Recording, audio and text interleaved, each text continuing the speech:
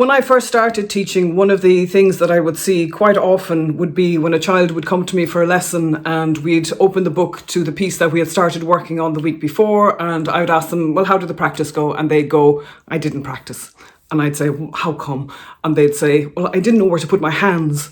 So we would look at the first two notes and I'd ask them, well, what's that first note in the right hand? And they'd identify it pretty easily. And I'd say, well, what finger do you put on it? And they'd look at the page where the finger number would be written in and they'd go, oh, okay. And they'd put their hand in the right place. And then we would do the same for the left hand.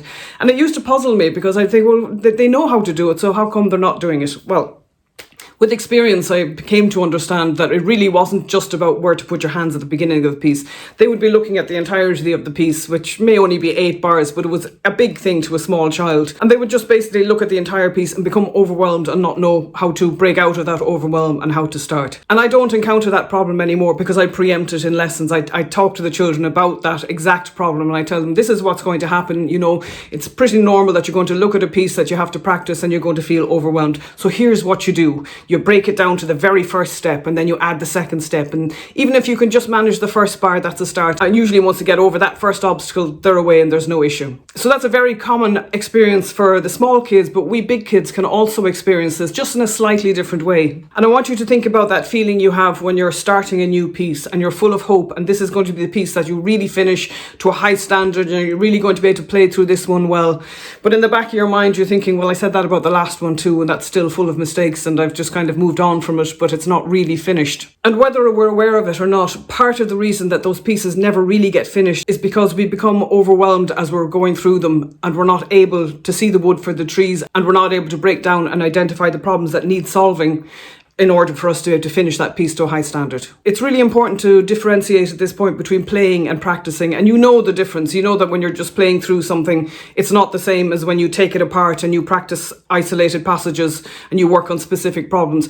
Practicing never sounds particularly good, and it's full of repetition and experimentation, and it doesn't necessarily sound like the music that you're hoping to produce at the end of your study of a piece. But one of the biggest mistakes I see adult students in particular make is a real reluctance to move away from the idea of just playing through a piece of music as practice, because that can become very frustrating, because as long as you're just starting at the beginning of a piece and playing through to the end of a piece and hoping for the best, you're not practicing and you're not resolving the issues. And I know because I did enough of this, and I used to think, well, no, I am breaking it into smaller parts, but A, they wouldn't be small enough, B, I wasn't identifying the problems, C, I was really hoping for that magic to kick in where the mistakes would just evaporate and disappear with repeated playing. Of course, it never happened. The playing was never secure. I was never particularly happy with the piece when I moved on from it. But the next piece would present itself and I would be full of hope. This time, I'm really going to nail it. And that's what this video is all about. It's how to properly finish a piece of music, how to identify the problems and fix them. If you've been watching my videos for a while, you know that I'm very systematic about how I approach things. I'm very no nonsense. There are solutions to every problem that you come across in piano, and I want to help you to discover and put together a toolkit that you can use with every piece that you learn. So now's a good time for me to remind you that if you haven't already, in the description below this video, there's a link to a practice workbook that you can download for free and get some of my favourite practice techniques.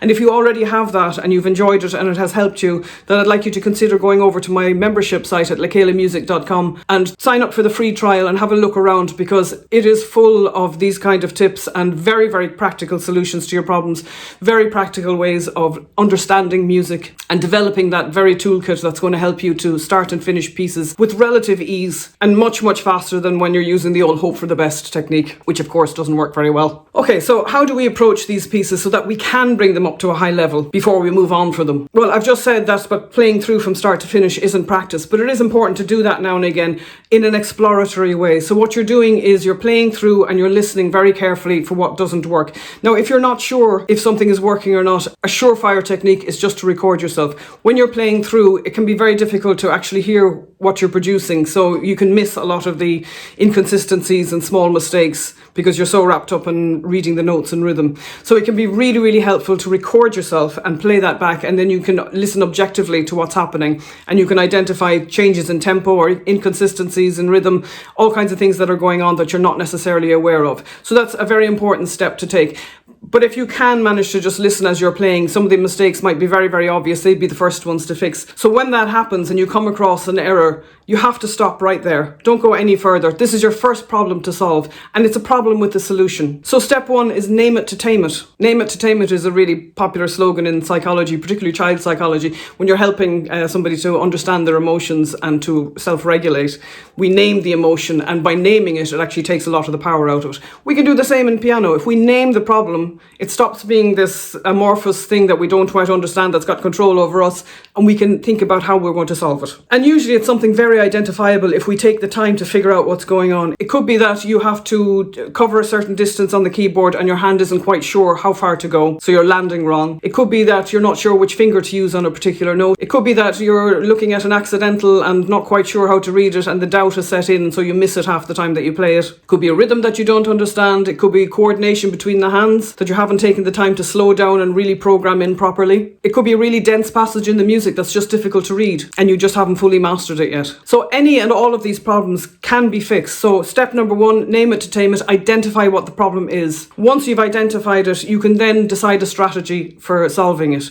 If it's a difficult jump, then you can practice that jump in isolation, just going from one note to the other until your hand starts to understand that distance. If it's something more complicated like coordination between the hands or a complex passage, then you're really going to have to slow it down until your hands know exactly what to do, gradually getting faster and bring it up. Quite often that's something we don't take the time to do. We're in a hurry, we're in too much of a rush to actually do that. But do take the time, because it makes a massive difference to how you can play a difficult passage. Maybe we just need to spend some time tapping out a rhythm or really understanding it so that when we get to it, we're confident as we play through. But once you've understood the problem and you've worked through it, you'll probably find that it does actually evaporate and you're now able to play through that section of the music without much difficulty. Then you keep going, try again till you come to the next problem. And then you're going to do the same thing again, all the way through the piece. Because all of these problems can be fixed, but you need to tackle them one at a time. The problem I see most often is that we try to play through a whole piece. We're aware that there's a bunch of problems, so we play through it again, we hope they disappear. But we're thinking of them all as one big piece, one big knot of problems. And like the small children at the start of their piece, we become overwhelmed and we don't know how to fix it.